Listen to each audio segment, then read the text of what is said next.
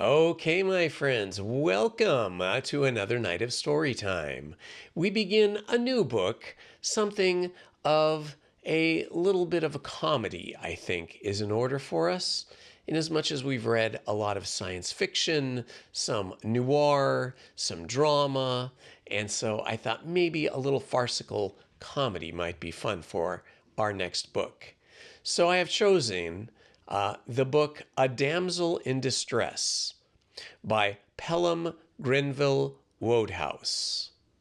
And we begin with chapter 1. Inasmuch as the scene of this story is that historic pile, Belpher Castle, in the county of Hampshire, it would be an agreeable task to open it with a leisurely description of the place, followed by some notes on the history of the Earls of Marshmoreton, who have owned it since the 15th century. Unfortunately, in these days of rush and hurry, a novelist works at a disadvantage. He must leap into the middle of his tale with as little delay as he would employ in boarding a moving tram car. He must get off the mark with the smooth swiftness of a jackrabbit, surprised while lunching. Otherwise, people throw him aside and go out to the movie palaces. I may briefly remark that the present Lord Marshmoreton is a widower of some 48 years, that he has 2 children, a son, Percy Wilbraham Marsh, Lord Belpher, who is on the brink of his 21st birthday, and a daughter, Lady Patricia Maud Marsh, who is just 20.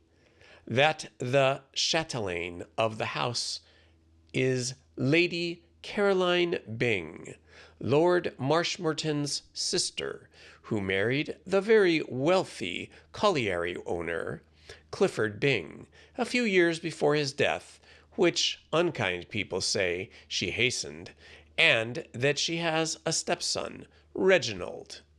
Give me time to mention these few facts, and I am done. On the glorious past of the Marshmoretons, I will not even touch. Luckily, the loss to literature is not irreparable. Lord Marshmoreton himself is engaged upon a history of the family, which will doubtless be on every bookshelf as soon as his lordship gets it finished. And as for the castle and its surroundings, including the model dairy and the amber drawing room, you may see them for yourself any Thursday, when Belpher is thrown open to the public on payment of a fee of 1 shilling a head. The money is collected by Keggs, a butler, and goes to a worthy local charity. At least, that is the idea. But the voice of the Colmany is never silent, and there exists a school of thought headed by Albert, the page boy, which holds the Keggs sticks to these shillings like glue, and adds them to his already considerable savings in the Farmers and Merchants Bank on the left side of High Street in Belpher Village, next door to the Oddfellows Hall. With regard to this, one can only say that Keggs looks far too much like a particularly saintly bishop to indulge in any such practices. On the other hand, Albert knows Keggs. We must leave the matter open. Of course, appearances are deceptive. Anyone, for instance, who had been standing outside the front entrance of the castle at 11 o'clock on a certain June morning might easily have made a mistake. Such a person would probably have jumped to the conclusion that the middle-aged lady of a determined cast of countenance, who was standing near the rose garden, talking to the gardener and watching the young couple strolling on the terrace below, was the mother of the pretty girl, and that she was smiling because the latter had recently become engaged to the tall, pleasant-faced youth at her side. Sherlock Holmes himself might have been misled. One can hear him explaining the thing to Watson in one of those lightning flashes of inductive reasoning of his. It is only the It is the only explanation, my dear Watson. If the lady were merely complimenting the garden on the rose garden, and if her smile were merely caused by the excellent appearance of that rose garden, there would be an answering smile on the face of the garden. But as you can see, he looks morose and gloomy. As a matter of fact, the gardener, that is to say, the stocky brown-faced man in shirt sleeves and corduroy trousers, who was frowning into a can of whale oil solution, was the Earl of Marshmoreton. And there were two reasons for his gloom. He hated to be interrupted while working, and furthermore, Lady Caroline Byng always got on his nerves, and never more so than when, as now, she speculated on the possibility of a romance between her stepson Reggie and his lordship's daughter Maud. Only his intimates would have recognized in this curious corduroy-trousered figure the seventh Earl of Marshmoreton. The Lord Marshmoreton, who made intermittent appearances in London, who lunched among bishops at the Athenaeum Club without exciting remark, was correctly dressed gentleman whom no one would have suspected of covering his sturdy legs in anything but the finest cloth. But if you will glance at your copy of Who's Who and turn up the M's, you will find in the space allotted to the Earl the words hobby gardening, to which, in a burst of modest pride, his lordship has added awarded first prize for hybrid teas, Temple Flower Show, 1911. The words tell their own story.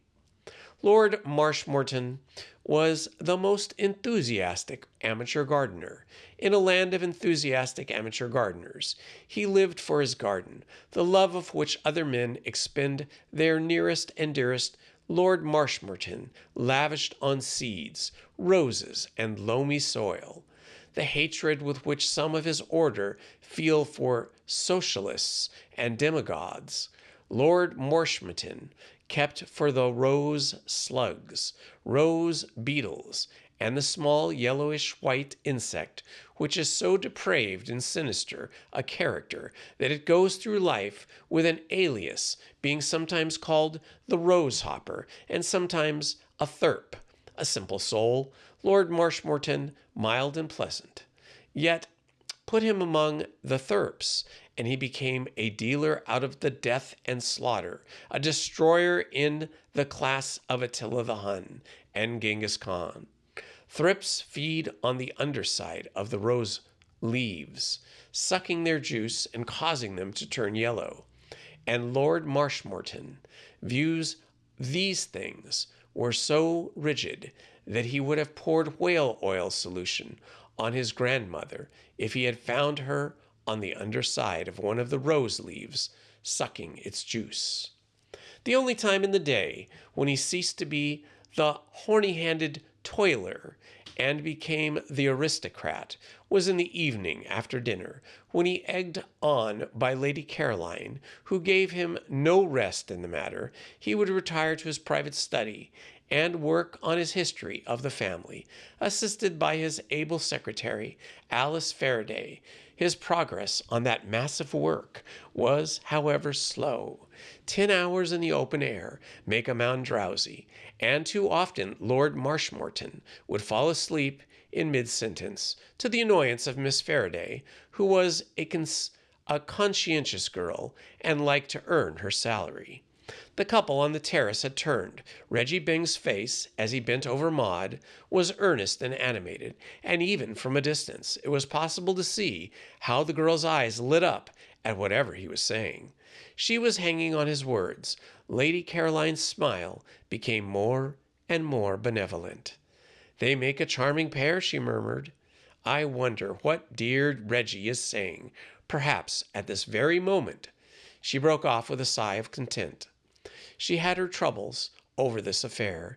Dear Reggie, usually so plastic in her hands, had displayed an unaccountable reluctance to offer his agreeable self to Maud, in spite of the fact that never, not even on the public platform, which she adorned so well, had his stepmother reasoned more clearly than she did when pointing out to him the advantages of the match. It was not that Reggie disliked Maud.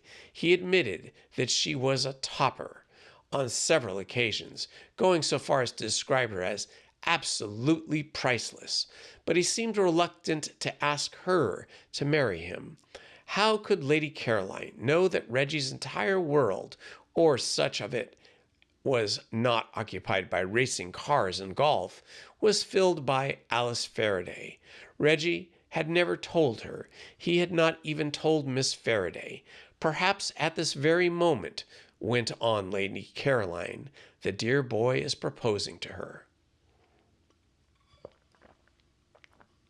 Lord Marshmoreton grunted and continued to peer with questioning eyes in the awesome brew which he had prepared for the Thurps.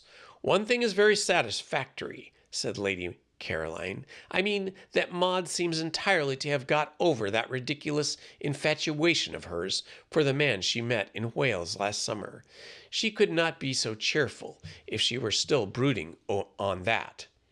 I hope you will admit that now, John, that I was right in keeping her practically a prisoner here and never allowing her a chance of meeting the man again, either by accident or design.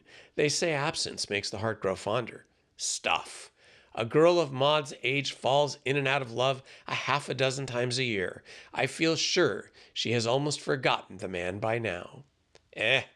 Said Lord Marshmoreton. His mind had been far away, dealing with green flies. "I was speaking about the man Maud met when she was staying with Brenda in Wales." Oh, yes, echoed Lady Caroline, annoyed. "Is that the only comment you can find to make? Your only daughter becomes infatuated with a perfect stranger, a man we have never seen, of whom we know nothing, not even his name, nothing except that he is an American, and hasn't a penny." Maud admitted that. "And all you say is, 'Oh, yes.' But it's all over now, isn't it? I understood. And the dashed affair was all over." "We hope so, but I should feel safer if Maud were engaged to Reggie.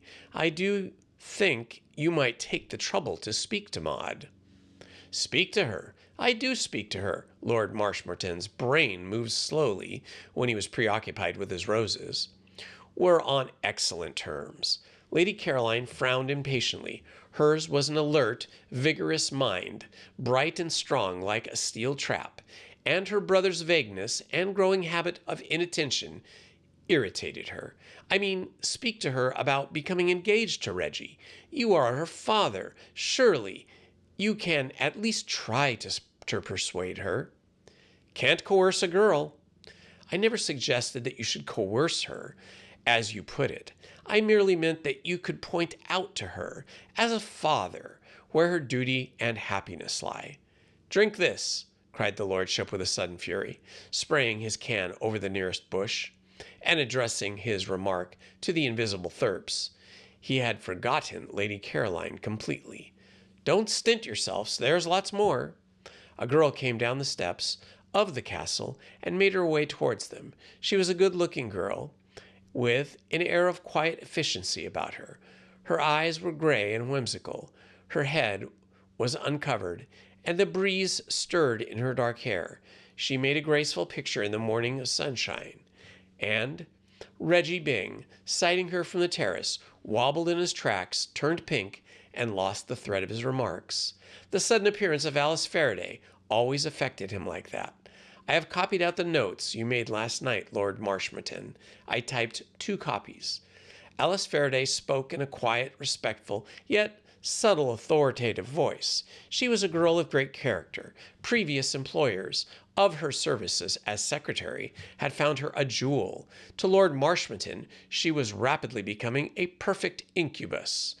Their views on the relative importance of gardening and family histories did not coincide. To him, the history of the Marshmoreton family was the occupation of the idle hour. She seemed to think that he ought to regard it as a life work. She was always coming and digging him out of the garden and dragging him back to what should have been a purely after-dinner task. It was Lord Marshmoreton's habit, when he awoke after one, that is, after one of his naps, too late to resume work, to throw out some vague promise of attending to it tomorrow. But he reflected bitterly, the girl ought to have tact and sense to understand that this was the only polite persiflage, and not to be taken literally. "They are very rough," continued Alice, addressing her conversation to the seat of her lordship's corduroy trousers. Lord Marshmoreton always assumed a stooping attitude when he saw Miss Faraday approaching with papers in her hand, for he labored under the pathetic delusion, of which no amount of failures could rid him, that if she did not see his face, she would withdraw. "You remember last night you promised you would attend to them this morning." She paused long enough to receive a non-committal grunt by way of an answer. "Of course, if you're busy," she said placidly, with half a glance at Lady Caroline. That masterful woman could always be counted on to be an ally in these little encounters. "Nothing of the kind," said Lady Caroline crisply. She was still ruffled by the lack of attention which her recent utterances had received, and welcomed the chance of administering a discipline. "Get up at once, John, and go in and work." "I am working," pleaded Lord Marshmoreton. Despite his 40 years of his sister Caroline, she still had the power at times to make him feel like a small boy. She had been a great martinet in the days of the mutual nursery. "The family history is more important than grubbing about in the dirt. I cannot understand why you do not leave this sort of thing to Macpherson.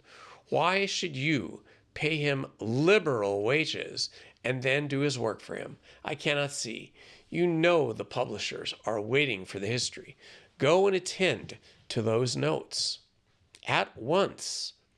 You promised you would attend to them every time, every morning, including this morning, Lord Marshmoreton," said Alice invitingly.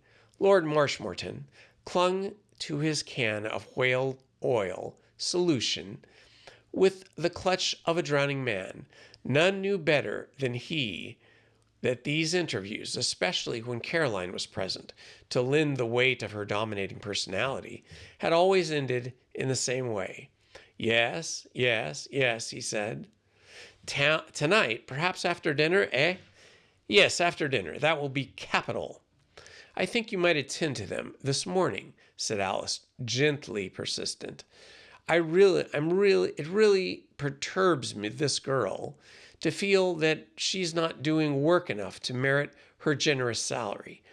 And on the subject of the history of the Marshmoreton family, she was an enthusiast. It had a glamour for her.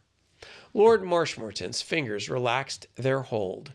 Throughout the rose garden, hundreds spared thirps went on their morning meal, uninviting, the doom averted. "Oh, all right, all right, all right. Come to the library." "Very well, Lord Marshmoreton." Miss Faraday turned to Lady. Miss Faraday turned to Lady Caroline. "I have been looking up at the trains, Lady Caroline.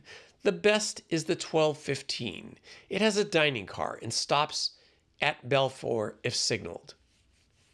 "Are you going away, Caroline?" inquired Lord Marshmoreton hopefully. "I am giving a short talk to a social progress league at Lewisham. I shall return tomorrow." "Oh," said Lord Marshmoreton, hope fading from his voice. "Thank you, Miss Faraday," said Lady Caroline. "The 12:15. The motor will be round at 11:45. Thank you. Oh, and by the way, Miss Faraday, will you call Reggie as you pass and tell him I wish to speak with him?" Maud had left Reggie by the time Alice Faraday reached him, and the ardent youth was sitting on a stone seat, smoking a cigarette and entertaining himself with meditations in which thoughts of Alice competed for the precedence with graver reflections connected with that subject of the correct stance for the approach shots. Reggie was troubled, and he was a troubled spirit in these troubled days. He was in love, and he had developed a bad slice with his mid-iron at golf. He was practically a soul in torment. Lady Caroline asked me to tell you that she wishes to speak to you, Mr. Bing. Reggie leaped from his seat. Hello, hello, hello? There you are. I mean to say, what?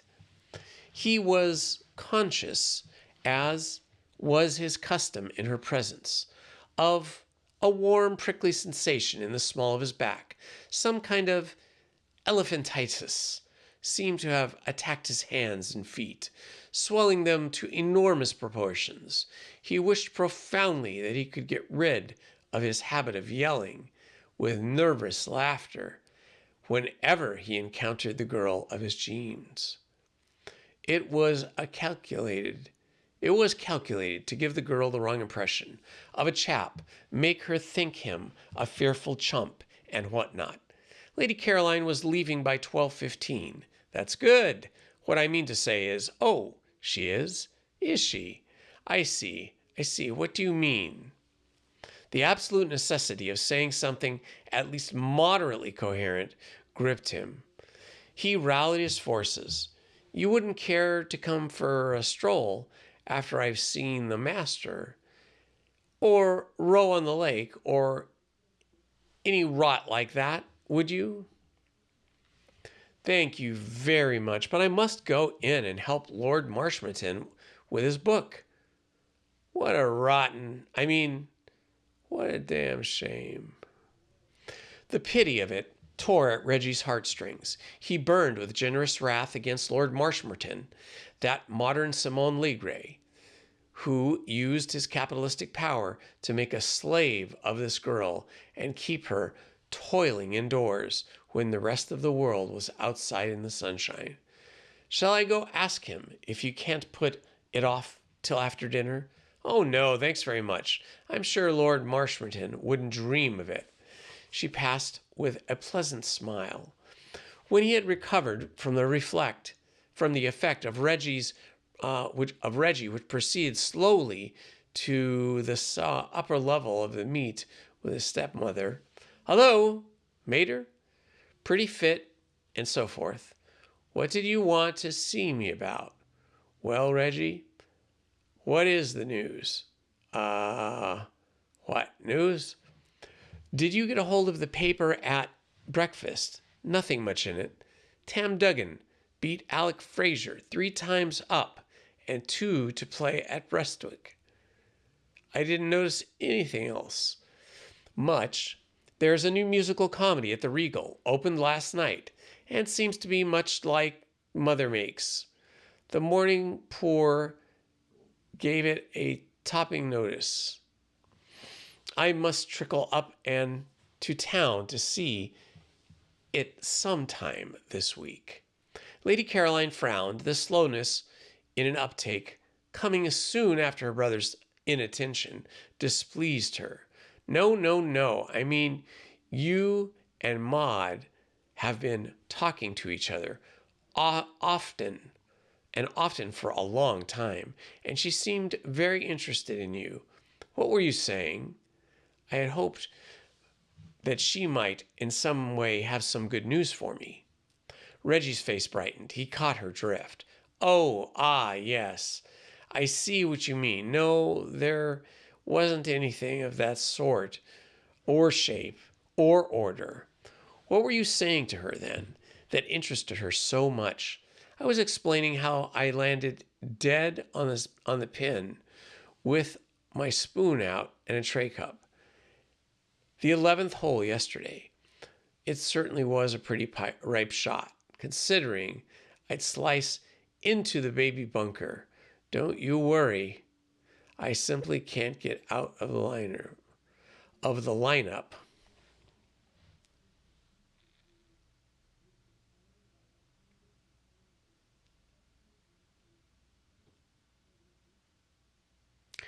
And I simply can't keep 'em straight. with the iron nowadays. And there's the pill, grinning up at me from the sand. Of course, strictly speaking, I ought to have used a niblick, but do you mean to say, Reggie, that with such an excellent opportunity, you did not ask Maud to marry you? I see what you mean. Well, as a matter of absolute fact, I, as it were, didn't. Lady Caroline uttered a wordless sound. By the way, Mater, said Reggie, I forgot to tell you about that. It's all off. What? Absolutely. You see, it appears there's a chappie unknown for whom Maud has an absolute pash.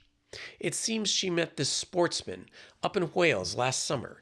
She was caught in the middle of the rain, and he happened to be passing and rallied round with his raincoat, and one thing led to another, always raining in Wales, what?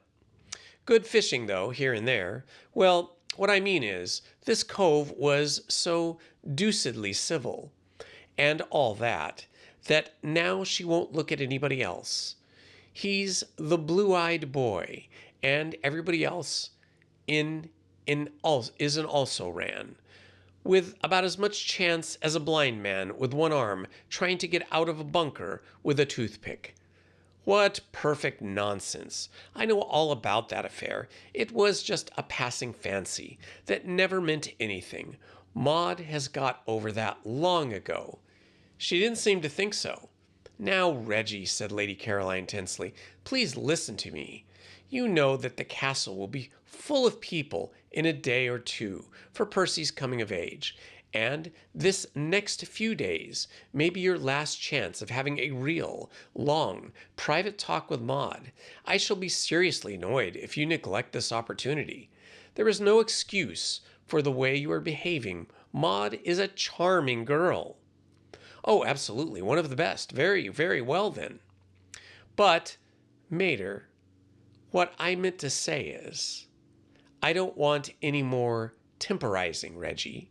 No, no, absolutely not, said Reggie dutifully, wishing he knew what the word meant, and wishing also that life had not become so frighteningly complex. Now, this afternoon, why, you should take Maud for a long ride in your car. Reggie grew more cheerful. At least he had an answer for that. Can't be done, I'm afraid. I've got to motor into town to meet Percy. He's arriving from Oxford this morning. I promised to meet him in town and tool him back in the car. I see. Well, then, why couldn't you... I say, Mater, dear old soul, said Reggie hastily, I think you'd better tear yourself away and what not. If you're catching the 12:15, you ought to be staggering round to see if you haven't forgotten anything. There's a car coming round now. I wish I had decided to go by a later train. No, no, mustn't miss the 12:15. Good, fruity train. Everybody speaks well of it. Well, see you anon, Mater. I think you'd better run like a hare. You will remember what I said. Oh, absolutely. Goodbye, then. I shall be back tomorrow. Reggie returned slowly to his stone seat. He breathed a little heavy as he felt for his cigarette case. He felt like a hunted fawn. Maud came out of the house as the car disappeared down the long avenue of elms. She crossed the terrace to where Reggie had sat brooding on life and its problem. Reggie! Reggie turned. Hello, Maud. Dear old thing. Take a seat. Maud sat down beside him. There was a flush on her pretty face, and when she spoke, her voice quivered with suppressed excitement. Reggie, she said, laying a small hand on his arm, we're friends, aren't we? Reggie patted her back paternally. There were a few people he liked better than Maud. Always have been, since the dear old days of childhood. What? Can I trust you? I can trust you, can't I? Absolutely. There's something I want you to do for me, Reggie. You'll have to keep it a dead secret, of course. The strong, silent man, that's me. What is it?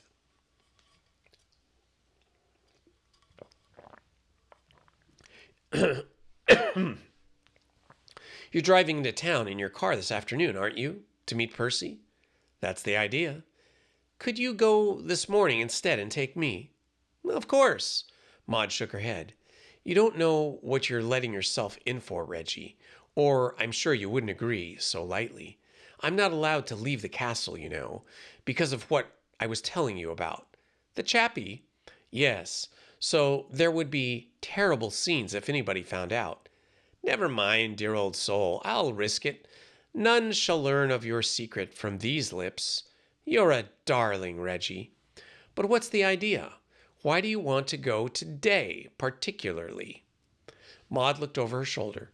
Because, she lowered her voice, though there was no one near, because he's back in London. He's a sort of secretary, you know, Reggie, to his uncle, and I saw in the paper this morning that the uncle returned yesterday after a long voyage in his yacht. So he must have come back too. He has to go everywhere his uncle goes. And everywhere the uncle went, the chappie was sure to go, murmured Reggie. Sorry, didn't mean to interrupt. I must see him. I haven't seen him since last summer, nearly a whole year, and he hasn't written to me, and I haven't dared to write him for fear the letter going the wrong way. So you see, I must go. Today's my only chance. Aunt Caroline has gone away. Father will be busy in the garden and won't notice whether I'm here or not. And besides, tomorrow it will be too late because Percy will be there. He was more furious about that thing than anyone. Rather, the proud aristocrat. Percy agreed, Reggie. I understand absolutely. Tell me just what you want me to do. I want you to pick me up in the car about half a mile down the road. You can drop me somewhere in Piccadilly. That will be near enough to where I want to go. But the most important thing is about Percy. You must persuade him to stay and dine in town and come back here after dinner. Then I shall be able to get back in the afternoon by train and no one will know I've been gone.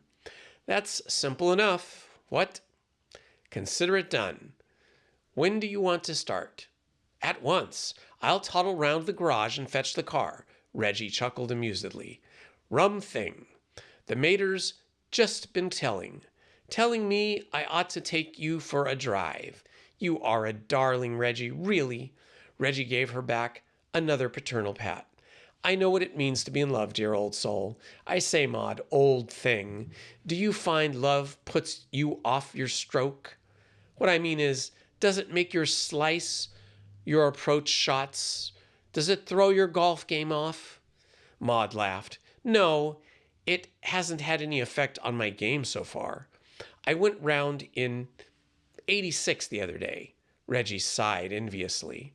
Women are wonderful, he said. Well, I'll be legging it and fetching the car. When you're ready, stroll along down the road and wait for me. When he had gone, Maud pulled a small newspaper clipping from her pocket.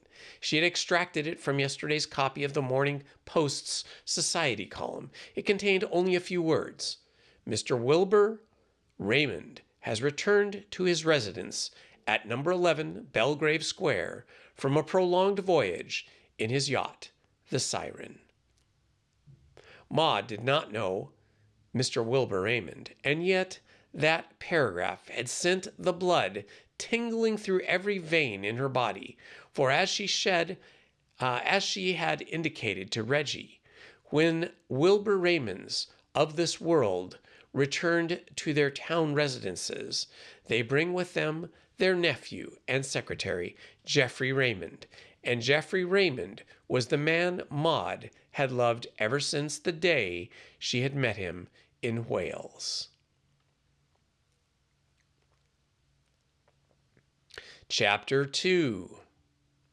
The sun had shone so brightly on Belpher Castle at noon, when Maud and Reggie Byng set out on their journey, shone on the West End of London with equal pleasantness at 2 o'clock.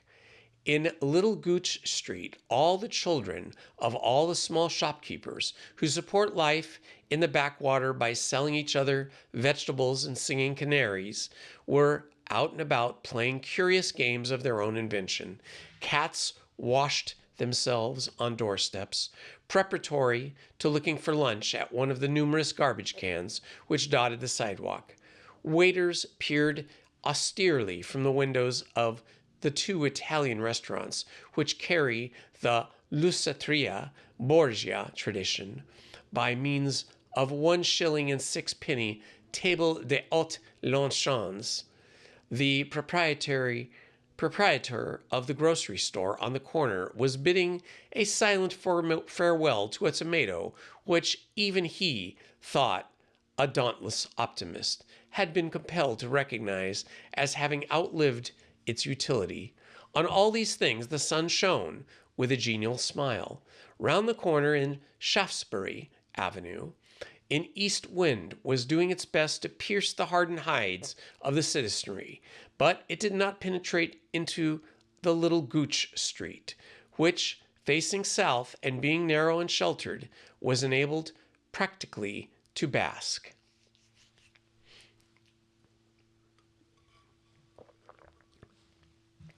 Mac, the stout guardian of the stage door of the Regal Theater, whose gilded front entrance is on the avenue, emerged from the little glass case in which the management kept him, and out to observe life and its phenomena with an indulgent eye. Mac was feeling happy this morning. His job was a permanent one, not influenced by the success or failure of the productions which followed one another at the theater throughout the year. But he felt nevertheless a sort of proprietary interest in these ventures, and was pleased that they secured the approval of the public. Last night's opening, a musical piece by an American author and composer, had undoubtedly made a big hit, and Mac was glad, because he liked what he had seen of the company, and, in the brief time in which he had known him, had come to entertain a warm regard for George Bevan, the composer, who had traveled over from New York to help with the London production. George Bevan turned the corner, now walking slowly, and it seemed to Mac gloomily towards the stage door. He was a young man of about 27, tall and well-knit, with an agreeable clean-cut face, of which a pair of good and honest eyes were most notable. His sensitive mouth was drawn down at the little corners, and he looked tired. "Morning, Mac." "Good morning, sir. Anything for me?" "Yes, sir. Some telegrams. I'll get them." "Oh, I'll get them," said Mac, as if reassuring some doubting friend and supporter as to his ability to carry through the labor of Hercules. He disappeared into his glass case. George Bevan remained outside in the street, surveying and frisking children with a somber glance. Excuse me. They seemed to him very noisy, very dirty, very young, disgustingly young. Theirs was joyous, exuberant youth, which made a fellow feel at least 60. Something was wrong with George today, for normally he was fond of children. Indeed, normally he was fond of most things. He was a good-natured and cheerful young man, who liked life, and the great majority of those who lived it contemporaneously with himself. He had no enemies and many friends. But today he had noticed, from the moment he had got out of bed, that something was amiss with the world. Either he was in the grip of some divine discontent due to the highly developed condition of his soul, or else he had a grouch. One of the two, or it might have been the reaction from the emotions of the previous night. On the morning after the opening, your sensitive artist is always apt to feel as if he had been dried over a barrel. Besides, last night there had been a supper party after the performance at the flat which the comedian of the troupe had rented on Jermyn Street. A forced, rowdy party where a number of tired people with overstrained nerves had seemed to feel a duty to be artificially vivacious. It had lasted till 4 o'clock when the morning papers with the notices arrived, and George had not got to bed till 4:30. These things color the mental outlook. Mac reappeared. Here you are, sir. Thanks. George put the telegrams in his pocket. A cat, on its way back from lunch, paused beside him in order to use his leg as a serviette. George tickled it under the ear abstractly. He was always courteous to cats, but today he went through the movements perfunctorily and without enthusiasm. The cat moved on. Mac became conversational. They tell me the piece was a hit last night, sir. It seemed to go very well. My missus saw it from the gallery, and all the first-nighters was speaking of it very highly. There's a regular clique, you know, sir, over here in London, that goes to all the first nights in the gallery. 'Ighly critical, they are, especially if it's an American piece like this one. If they don't like it, they precious soon let you know. My missus says they was all speaking very highly of it. My missus says she ain't seen a livelier show in a long time, and she's a great theater goer. My missus says they was all specifically pleased with the music. That's good. The Morning Leader give it a fine write-up. How was the rest of the papers? Splendid, all of them. I haven't seen the evening papers yet. I came out to get them. Mac looked down the street. There'll be a rehearsal this afternoon, I suppose, sir. Here's Miss Dory coming along. George followed his glance. A tall girl in a tailor-made suit of blue was coming towards them. Even at a distance, one caught the genial personality of the new arrival. It seemed to go before her like a heartening breeze. She picked her way carefully through the children crawling on the sidewalk. She stopped for a moment and said something to one of them. The child grinned. Even the proprietor of the grocery store appeared to brighten up at the sight of her, as at the sight of some old friend. "How's business, Bill?" she called to him as she passed the spot where he stood brooding on the mortality of tomatoes. And though he replied rotten, a faint grim smile did nevertheless flicker across his tragic mask. Billy Doré, who was one of the chorus of George Bevan's musical, had an attractive face, a mouth that laughed readily, rather bright golden hair, which, she was fond of insisting with perfect truth, was genuine, though appearances were against it, and steady blue eyes. The latter were frequently employed by her in quelling admirers who were encouraged by the former to become too ardent. Billy views the opposite sex, who forgot themselves, were as rigid as those of Lord Marshmoreton concerning thirps. She liked men, and she would signify this liking in practical manner by lunching and dining with them, but she was entirely self-supporting, and when men overlooked the fact that she reminded them of it with no uncertain voice, for she was a girl of ready speech and direct. "Morning, George. Morning, Mac. Any mail?" "I'll see, miss. How did your better 4/5 like the show, Mac?" "I was just telling Mr. Bevan, miss, that the missus said that she ain't seen a livelier show in a long time." "Fine. I knew it'd be a hit. Well, George, how's the boy this bright afternoon?" "Limp, pessimistic. That comes of sitting up till 4 in the morning with festive hams.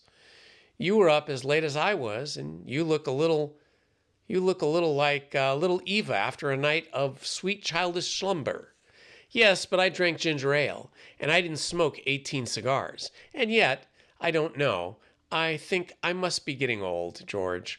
All-night parties seem to have lost their charm. I was ready to quit at 1 o'clock, but it didn't seem matey. I think I'll marry a farmer and settle down." George was amazed. He had not expected to find his present view of life shared in this quarter.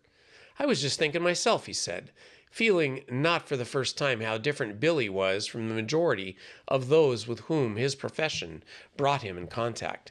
How flat it all was. The show business, I mean.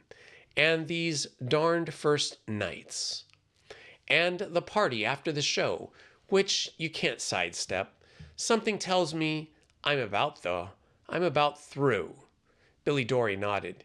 Anybody with any sense is always about through with the show business. I know I am. If you think I'm wedded to my art, let me tell you, I am going to get a divorce, and the first chance that comes along, it's funny, but, show business. The way one drifts into and sticks, I mean. Take me, for example. Nature had it all doped out for me to be the belle of Hicks Corners. What I ought to have done was to buy a gingham bonnet and milk cows. But I would come to the great city and help brighten up the tired businessman. I didn't know you were fond of the country, Billy.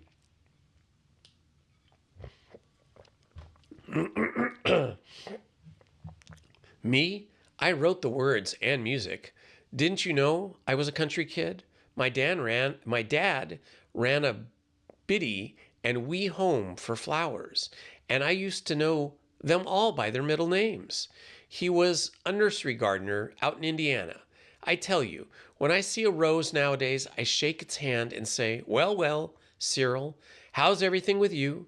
And how are you, Joe and Jack and Jimmy, and all the rest of the boys at home?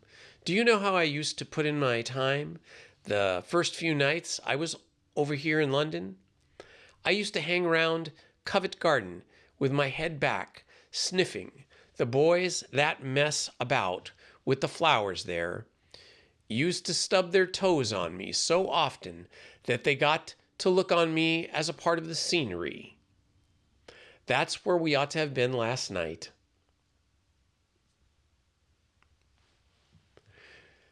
"We'd have had no better time. Say, George, did you see the awful mistake on Nature's part that Babe Sinclair showed up with towards the middle of the proceedings? You must have noticed him, because he took up more room than any one man was entitled to. His name was Spencer Gray." George recalled having been introduced to a fat man of his own age who answered by that name. "It's a darn shame," said Billy indignantly. "Babe is only a kid. This is the first show she's been in, and I happen to know there's an awfully nice boy over in New York crazy to marry her, and I'm certain this gink is giving her a raw deal. He tried to get hold of me about a week ago, but I turned him down hard, and I suppose he thinks Babe is easier, and it's no good talking to her. She thinks he's wonderful. That's another kick and I have against show business. It seems to make girls such darn chumps. Well, I wonder how much longer Mr. Arbuckle is going to be retrieving my mail. What, ho, within there, fatty?" Mac came out, apologetic, carrying letters. "Sorry, miss. By an oversight, I put you among the G's." "All's well that ends well. Put me among the G's. There's the good title for a song. That's a good title for a song for you, George. Think about it. Excuse me while I grapple with this correspondence. I'll bet half of these are mash notes. I got 3 between the first and second acts of the night. Why, the nobility and gentry of this burg should think that I'm their affinity just because I've got golden hair, which is perfectly genuine, Mac. I can show you the pedigree, and because I earn an honest living singing off the key, is more than I can understand." Mac leaned his massive shoulders comfortably against the building and resumed his chat. "I expect you're feeling very 'appy today, sir." George pondered. He was certainly feeling better since he had seen Billy Dory. But he was far from being himself. "I ought to be, I suppose, but I'm not." "Ah, you're getting blarzy, sir. That's what it is. You've done add too much of the fat, have you? This piece was a big hit in America, wasn't it?" "Yes, it ran over a year in New York, and there are 3 companies of it now." "That's how it is, you see. You've gone and got blarzy. Too big helpin' of success, you've had. Mac wagged his head like a harvest moon. You aren't a married man, are you, sir? Billy Dory finished skimming through his mail. Through her mail, I should say. Billy Dory finished skimming through her mail and crumpled the letters up into a large ball, which she handed to Mac. Here's something for you to read in your spare time, Mac. Glance through them any time you have suspicion you may be a chump, and you'll have the comfort of knowing that there are others. What were you saying about being married? Mr. Bevan and I was having a talk about them being blarzy, miss. Are you blarzy, George? So Mac says. And why is he blarzy, miss? Demanded Mac rhetorically. Don't ask me, said Billy. It's not my fault. It's because, as I was saying, he's had too big a helping of success, and because he ain't married man yet. You did say you wasn't a married man, didn't you, sir? I didn't, but I'm not. That's how it is, you see. You pretty soon get sick of pulling off good things if you ain't got nobody to pat you on the back for doing it. Why, when I was single, if I'd got old of a sure thing for 3 o'clock race, I'd pick up a couple of quid, and the thrill of it didn't seem to linger somehow. But now, if some of the gentlemen that come here put me onto something safe, and I make a bet, arf the fascination of it is taking the stuff home, and rolling it on the kitchen table and having a pat me on the back.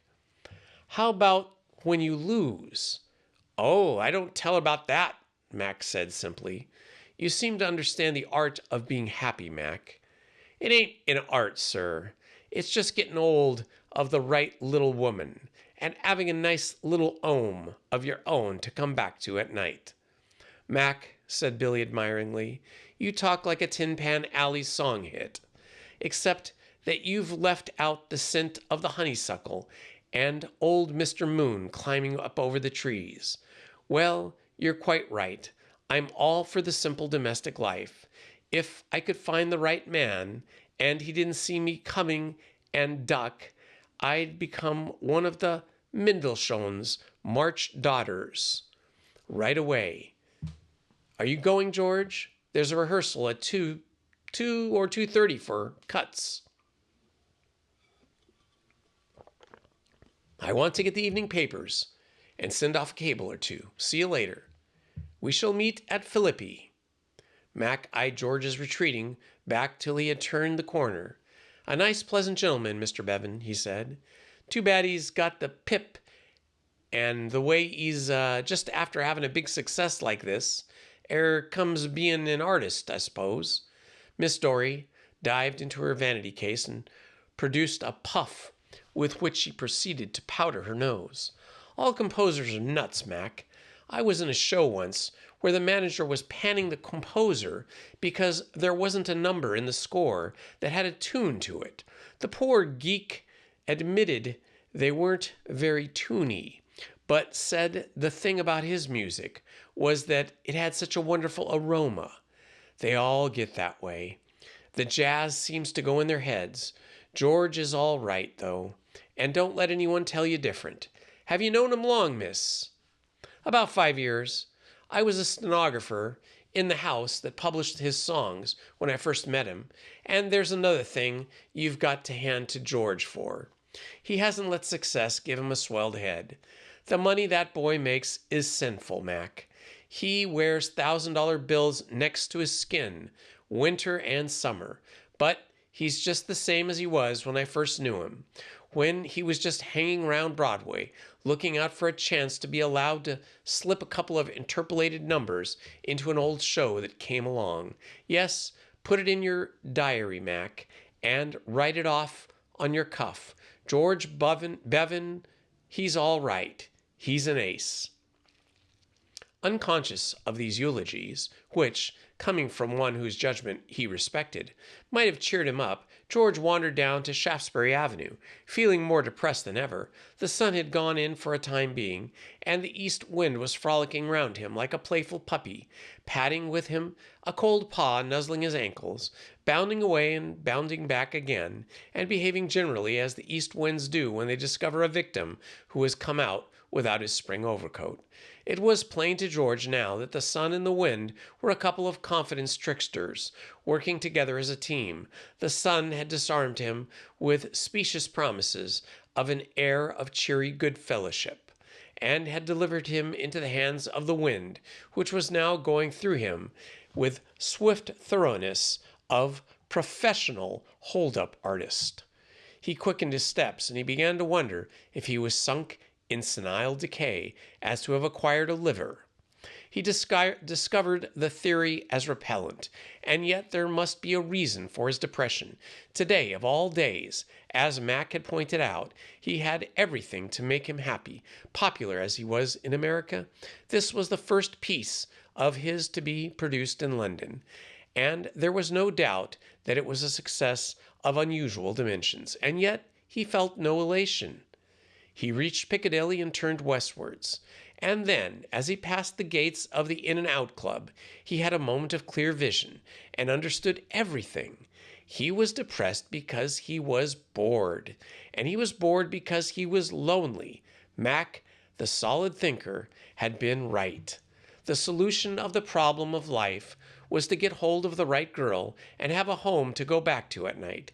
He was mildly surprised that he had tried in any other direction for an explanation of his gloom.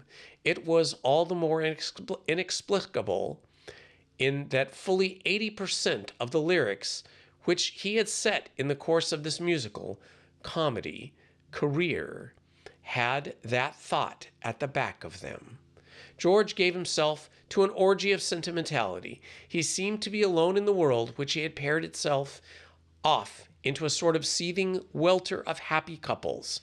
Taxicabs full of happy couples rolled by every minute. Passing omnibuses creaked beneath the weight of happy couples. The very policeman across the street had just grinned, and a flitting shopgirl had seen and had smiled back at him. The only female in London who did not appear to be attached was a girl in a brown who was coming along the sidewalk at a leisurely pace, looking about her in a manner that suggested she found Piccadilly a new and stimulating spectacle. As far as George could see, she was an extremely pretty girl, small and dainty, with a proud little tilt in her head and a jaunty walk that spoke of perfect health. She was, in fact, precisely that sort of girl that George felt he could love with all the stored-up devotion of an old buffer of 27, who had squandered none of his rich nature in foolish flirtations. He had just begun to weave a rose-tinted romance about her, their two selves, when a cold reaction set in. Even as he paused to watch the girl threading her way through the crowd, the east wind jabbed an icy finger down the back of his neck, and the chill of it sobered him up. After all, he reflected bitterly, this girl was only alone because she was on her way somewhere to meet some confounded man. Besides, there was no earthly chance of getting to know her. You can't rush a pretty girl in the street and tell them you are lonely. At least, you can, but it doesn't get you anywhere except the police station. George's gloom deepened, a thing he would not have believed possible a moment before. He felt he had been born too late. The restraints of modern civilization irked him. It was not, he told himself, like this in the good old days. In the Middle Ages, for example, this girl would have been a damsel. And in that happy time, practically everybody whose technical rating was that of a damsel was in distress and only too willing to waive the formalities in return for services rendered by the casual passerby. By the 20th century is a prosaic age, when girls are merely girls and have no troubles at all. Were he to stop this girl in brown and assure her that his aid and comfort were at her disposal, she would undoubtedly call that large policeman from across the way, and the romance would begin and end with a space of 30 seconds, or if the policeman were a quick mover, rather less. Better to dismiss dreams than to return to the practical side of life by buying the evening papers from the shabby individual beside him, who had thrust an early edition in his face. After all, notices are notices, even when the heart is aching. George felt in his pocket for the necessary money, found emptiness, and remembered that he had left all his ready funds at his hotel. It was just one of the things he might have expected on a day like this. The man with the papers had the air of one of those businesses which is conducted on purely cash principles. There was only one thing to be done: return to the hotel, retrieve his money, and try to forget the weight of the world and its cares in lunch. And from the hotel, he could dispatch 2 or 3 cables which he wanted to send to New York.